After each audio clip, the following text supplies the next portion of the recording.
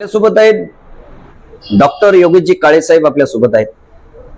भाऊसाहेब, महाराष्ट्र नवनिर्माण सेनेच्या वतीनं आपल्याला उमेदवारी मिळते नगराध्यक्ष पदाची। चिखलीकरांना काय सांगणार आजच्या दिनी दोन शब्द? सर्वात प्रथम मी सगळ्यांचे धन्यवाद मानतो।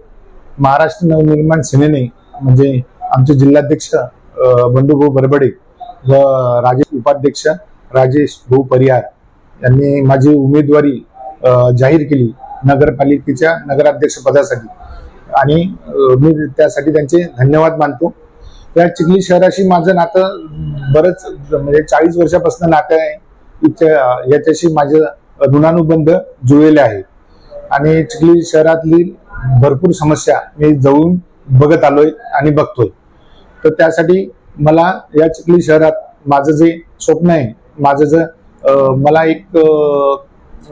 एक स्वप्न आहे की या चिखली शहरातील ज्या पाण्याच्या समस्या असेल, पाणी पुरवठा म्हणजे कितीतरी लोक येऊन गेले, पण ज्या मूलभूत समस्या आहेत आज जशाच्या तशा आहेत। पाण्याची समस्या म्हणा, रस्त्याची समस्या म्हणा, नाल्याच्या समस्या म्हणा, मुलांसाठी खेळण्याच्या ग्राउंडच्या समस्या म्हणा, जशा तशा आहे। यामध्ये मला बदल घडवायचा आहे।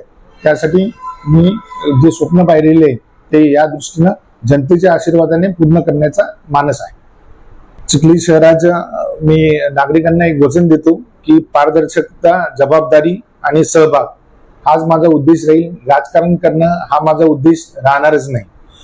तर सगळे मिळून आपण या चिखली शहराला स्वच्छ, सुरक्षित व समृद्ध बनवूया आणि यासाठी मला जनतेने आशीर्वाद द्यावे हीच माझी अपेक्षा आहे। तरुणांना काय सांगणार? तरुणांसाठी इथे चिखली शहरामध्ये IT पार्क म्हणा, लायब्ररी म्हणा आणि रोजगार म्हणा, त्यासाठी मी प्रयत्न करेल। त्यांच्यासाठी रोजगार कसे वाढवता येईल त्याबद्दल मी प्रयत्न करेल।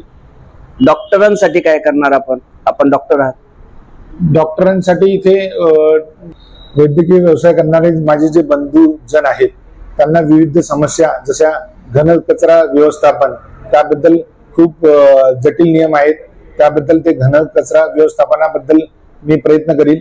दवाखान्यात होणाऱ्या लोकांचे भांडणं किंवा तर त्या रुग्णांच्या आणि डॉक्टरांमध्ये सुसंवाद साधण्याचं मी काम करेल आणि लोकांना आरोग्य स्वस्त आणि चांगलं आरोग्याच्या सुविधा देण्याची मी अधिकाधिक प्रयत्न करेन। धन्यवाद।